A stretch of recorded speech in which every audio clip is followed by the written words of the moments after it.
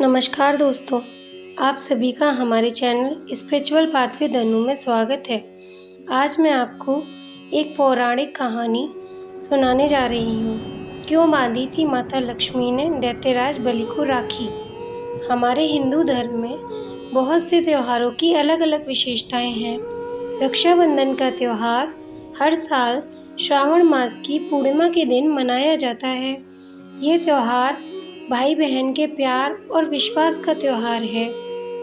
हिंदू शास्त्रों में रक्षाबंधन की शुरुआत कैसे हुई, इसके पीछे बहुत सी कथाएं प्रचलित हैं। इन्हीं में से प्रचलित एक कथा के अनुसार जब राजा बलि ने अश्वमेध यज्ञ करवाया था, तब भगवान विष्णु ने वामन अवतार लेकर राजा बलि से 3 पग धरती दान में मांग ली थी।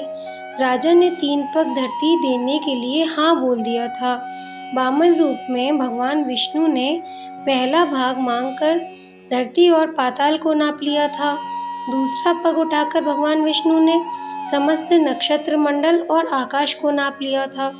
तीसरा पग उठाने से पहले भगवान विष्णु बलि से बोले, तुम जानते हो बलि, मैंने 3 पग भूमि मांगी थी, तीसरा पग कहाँ रखूं?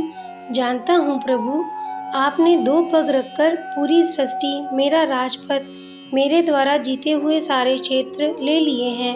और राजा बलि ने दान करने का जब भी संकल्प लिया है, उसे सदा पूरा किया है।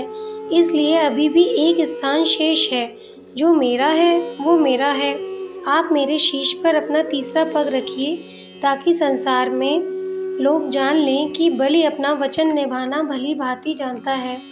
कृपया कर उठाइए अपना पग और रख दीजिए मेरे सिर पर। प्रभु बोले, यदि तुम चाहते हो तो मैं तुम्हारे शीश पर अपना पग रखता हूँ। भगवान विष्णु ने वामन रूप में राजा बलि के सिर पर अपना पग रखा। राजा बलि पाताल में समाता चला गया। भगवान विष्णु ने 3 पग में ही पूरी धरती नाप ली। राजा बलि को रहने के लिए पाताल लोक दे दिया। राजा बलि की भक्ति से प्रसन्न होकर प्रभु ने राजा बलि को वरदान मांगने को कहा। राजा बलि ने वरदान में मांगा कि भगवान विष्णु मेरे साथ सदा के लिए पाताल लोक में निवास करें। प्रभु ने तथास्तु कह दिया। विष्णु भगवान ने बलि की इच्छा पूर्ण कर दी और राजा बलि के साथ पाताल लोक में ही रहने लगे। इससे माता लक्ष्मी चिंतित हो गईं और नारद जी को सारी बातें बताईं। उन्हें वापस लाने का कोई तो रास्ता होगा। राजा बलि ने भगवान विष्णु को अपने साथ रहने का वरदान प्राप्त किया था और उनसे उनको मांगा था। वैसे ही अब प्रभु को वापस लाने के लिए आपको राजा बलि से प्रभु को वापस मांगना होगा। एक उपाय मैं आपको बताता हूँ। माता, आप राजा बलि को अपना भाई बना लीजिए और भगवान विष्णु को मांग लीजिए। जब आप राजा बलि को रक्षा सूत्र बांधेंगी तो वो आपसे उपहार मांगने के लिए कहेंगे। तब आप भगवान विष्णु को ही मांग लेना। यह विचार उत्तम है। मैं अभी राजा बलि के पास जाती हूँ। अब मैं प्रभु को लेकर ही लौटूंगी। माँ लक्ष्मी एक ब्रह्माणी का वेश बदलकर राजा बलि के पास गईं और उनके पास जाते ही रोने लगी। राजा बलि बोले, क्या हुआ बहन, तुम क्यों रो रही हो? आपने मुझे बहन बुलाया? बहन सुनने के लिए मेरे कान तरस गए हैं भैया। मैं इसलिए रो रही हूँ क्योंकि मेरे कोई भाई नहीं है। अगर मेरा भाई होता तो मेरी सहायता अवश्य करता। राजा बलि ने कहा, मैं तुम्हारा भाई हूँ। इसके बाद माता लक्ष्मी ने राजा को हाथ पर राखी बांध दी। तुम मेरी बहन हो, मांगो, मुझसे क्या उपहार चाहिए, क्या सहायता चाहिए? भैया, मेरे पति के बिना मेरा जीवन सूना है। तुम्हारे पति, पर वो कहाँ हैं? किसी मुसीबत में है क्या? बहन, तुम चिंता मत करो, मैं अपना भाई का कर्तव्य अवश्य निभाऊंगा। देवी लक्ष्मी बोली, पर मेरे पति तो यही हैं, साक्षात भगवान विष्णु। आप मुझे मेरा पति लौटा दो भैया। तभी लक्ष्मी माँ अपने साक्षात रूप में प्रकट हो गईं। तभी भगवान विष्णु भी वहाँ आ गए।